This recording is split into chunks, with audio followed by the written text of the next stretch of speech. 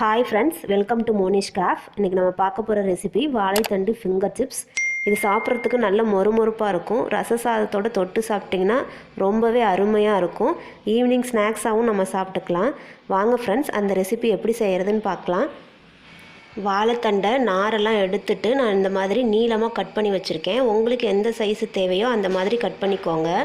இப்போ அதில் நான் 1 டீஸ்பூன் அளவு கார்ன்ஃப்ளவர் மாவு, 2 டீஸ்பூன் அளவுக்கு அரிசி மாவு, தேவையான அளவு உப்பு சேர்த்து நல்லா கலந்து விட்டுக்கிறேன்.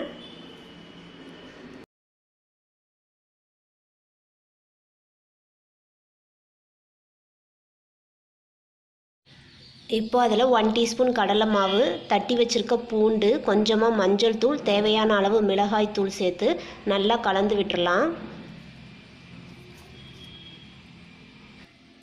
இதை நீங்கள் நல்லா கலந்துட்டு ஃப்ரிட்ஜில் ஒரு 10 நிமிஷம் வச்சுருந்துட்டு அதுக்கப்புறம் எண்ணெயில் பொரிச்செடுக்கலாம்.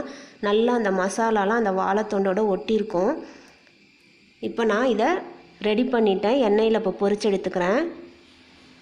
இப்போ நல்லெண்ணெய் தான் ஊற்றி வச்சுருக்கேன். அதில் ரெடி பண்ணி வச்சுருக்க வாழைத்தண்டை போட்டு பொரிச்சுக்கலாம். மீடியம் ஃப்ளேமில் வச்சு பொரிச்சு எடுத்துக்கோங்க.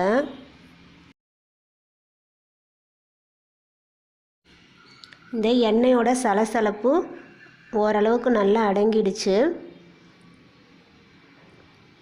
இப்போ நம்ம எடுத்துக்கலாம். கிறிஸ்பியான வாழைத்தண்டு ஃபிங்கர் சிப்ஸ் ரெடி ஆகிடுச்சு. இந்த ரெசிபியை ட்ரை பண்ணி பாருங்கள். எப்படி இருக்குன்னு கமெண்ட் செக்ஷனில் சொல்லுங்கள். இந்த ரெசிபி பிடிச்சிருந்தால் லைக் பண்ணுங்கள். உங்கள் ஃப்ரெண்ட்ஸ் அண்ட் ஃபேமிலி கூட ஷேர் பண்ணுங்கள். மறக்காமல் மோனிஷ் கிராஃப்ட் சேனலை சப்ஸ்கிரைப் பண்ணி பக்கத்தில் இருக்க பெல் பட்டனை கிளிக் பண்ணுங்கள்.